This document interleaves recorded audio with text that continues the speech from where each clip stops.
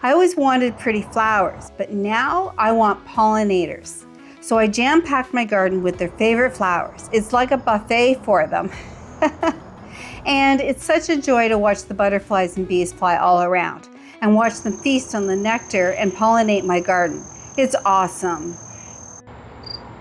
Oh my goodness, look at these two. They obviously don't mind sharing.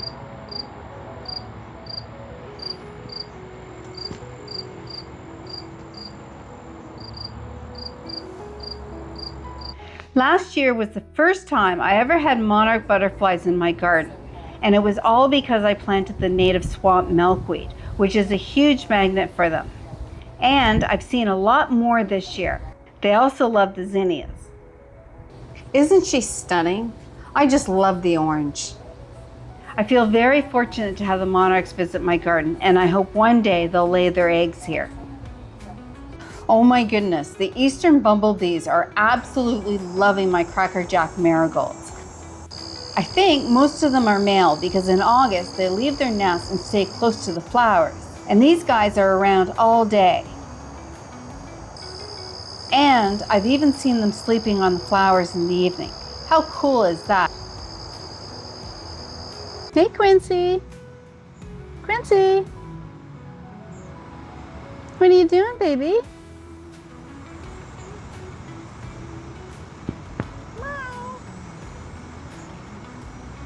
This American lady is common in Ontario, but it's new to my garden.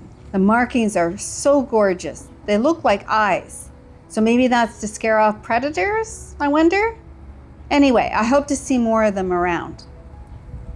The obedience is not even in full bloom, and there's already a ton of bees around it. This is another eastern bumblebee.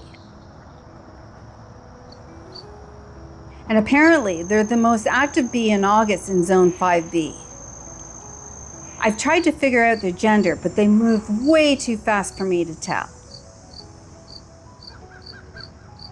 I'm so happy to see the pollinators enjoying all the flowers as much as I do. I added the natives giant hyssop, great blue lobelia, and sneezeweed to my garden a few years ago. And the bees, they just can't get enough of them.